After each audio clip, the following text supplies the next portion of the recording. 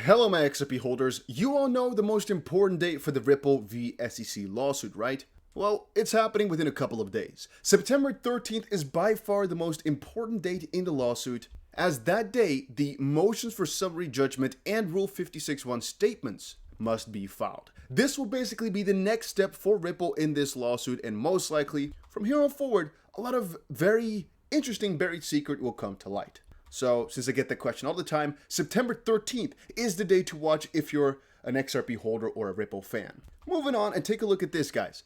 John Deaton just tweeted this out over on his Twitter because he tweeted it. The SEC claims that it is withholding all the edits and drafts of the Hinman speech, as it was created in anticipation of litigation. What litigation were they anticipating when drafting the speech? It's all BS, and the SEC is deliberately hiding the information.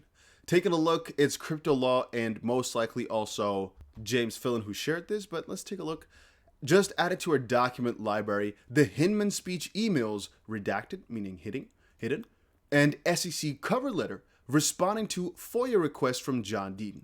FOIA meaning Freedom of Information Act, and these requests are mostly done, as far as I understand, because, well, the public has a right to know this information they find, so they're requesting this to just verify things, right? Or whatever, because people request it. It's Freedom of Information Act in that sense. So they're just, exercising their right to get this information. However, as Jimbo says, Freedom of Information law is clearly a joke to these people because, well, they're just saying, no, we don't need to give it to you. And actually, there's one interesting part. Schmuckers, nice name, they mentioned DPP and AC privilege. The court has ruled that neither apply. The decision is under appeal, but unless Judge Torres overturns it, the current ruling stands. How can they say the emails are protected when the court has determined otherwise? And that's literally what they've been doing. I don't think they're going to win any of these parts too much, but it's like a stalling type of tactic. So it just literally takes time for any court to decide with, for example, John Deaton here with Ripple and any of these things. Then again, I don't think you need to go too far into this because, as we already stated, the SEC is literally not trying to give us anything. Also, when looking at these emails, it looks as if these emails are redacted, right? Saying BD or something like that right there, or it's B6 or something like that. I don't know exactly what it says.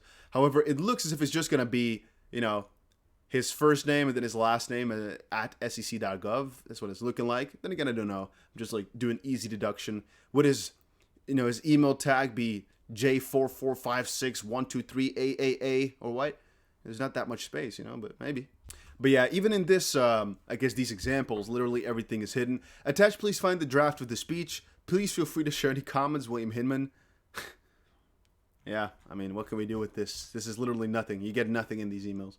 Now, there's something else happening within the XRP community. Ripple, how do you say this? Column. Now, you know what? Giveaway time. $10,000 on the line, given away in 4 days. Make sure you go ahead and check it out. Who cares how I pronounce column when we're giving away $10,000 freaking dollars? Go ahead and check it out. The link is down below for that. I'm very excited about it still. Move on, though. Will the new witness turn the fortunes of XRP around? Guys, it's warm, It's warm. Cut me some slack. The troubles of Ripple with the SEC have still not ended.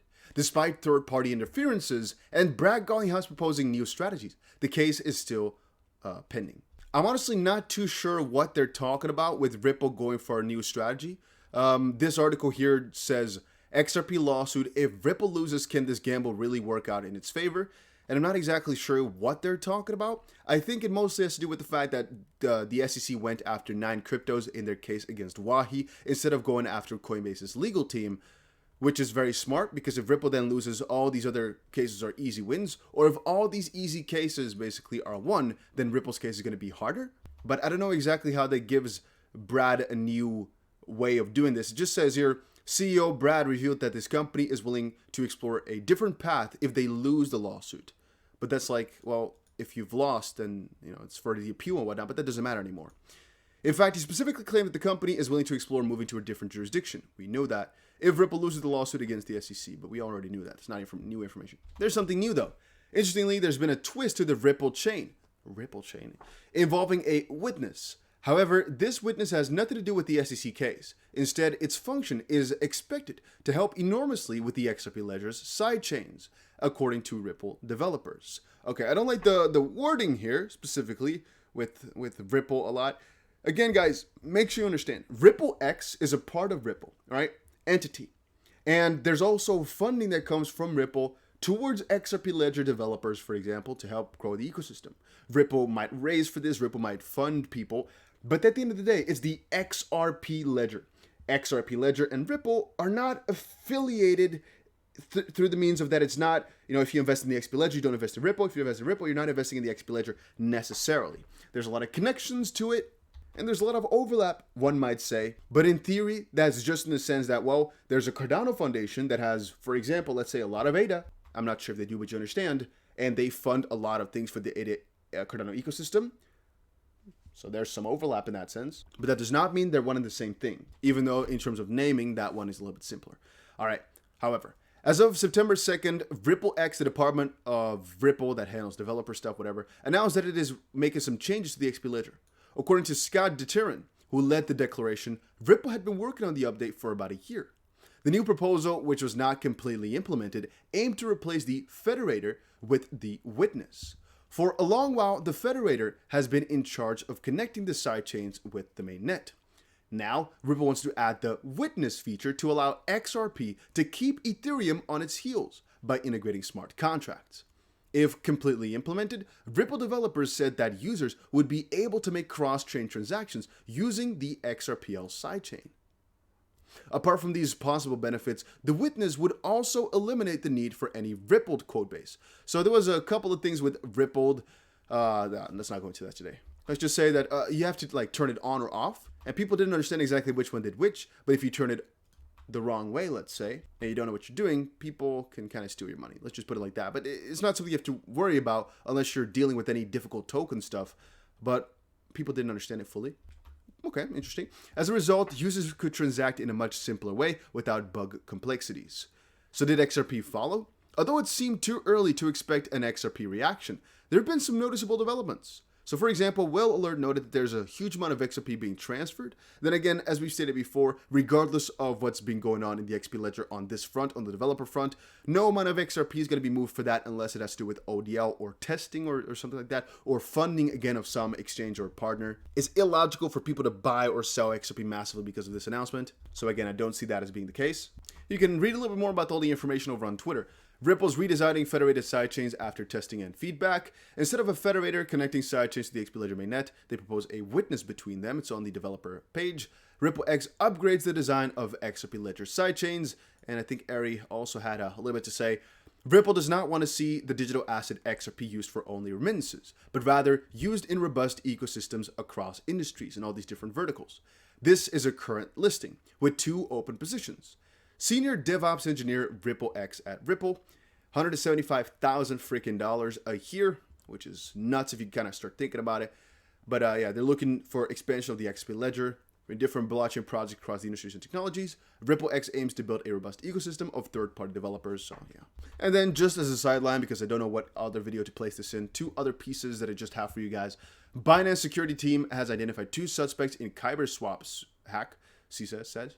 This is just showcasing how much of a behemoth Binance has become, where they literally could just find these hack guys because they have an entire division that's just literally focused on finding hacks and finding out where that money exactly goes and making sure that it can't go anywhere else and contact the authorities or working with all the other exchanges in that sense. It's just huge already how the crypto space is coming together. As again, regulators are not that far in. Chainalysis and a lot of these other parties are connecting all the dots from every single hack movement. And it's interesting to me then that even the Binance security team is this far advanced that they are doing the job of connecting all this money to the fraudulent activity, for example. And I love that. The fact that they're putting all their effort into getting this done. And they're providing all the information that they have to law enforcement, again, to then go afterwards, hopefully. But that's awesome, right? And awful that, of course, these guys stole that money, but awesome that they're able to find it. And again, let me remind you guys, if you don't have a hardware wallet yet, check it out. Comedian Bill Murray's wallet hacked for $186,000 worth of Ethereum after NFT charity.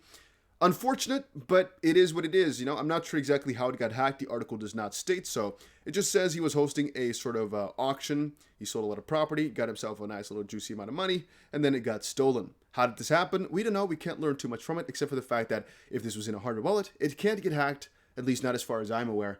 So that's the best way to go about saving your money, keeping it safe. We don't know if this guy just had a MetaMask and did some stupid stuff, or if this was just on an exchange and did some stupid stuff, or we don't know, right? That's the stupid part. But just know that you're always a target. Always keep your money as safe as possible. And that was it for today's video. So yeah, make sure you check out my giveaway, $10,000 on the line. Go ahead and check it out. And I'll see you guys again in another crypto video later today. See you guys.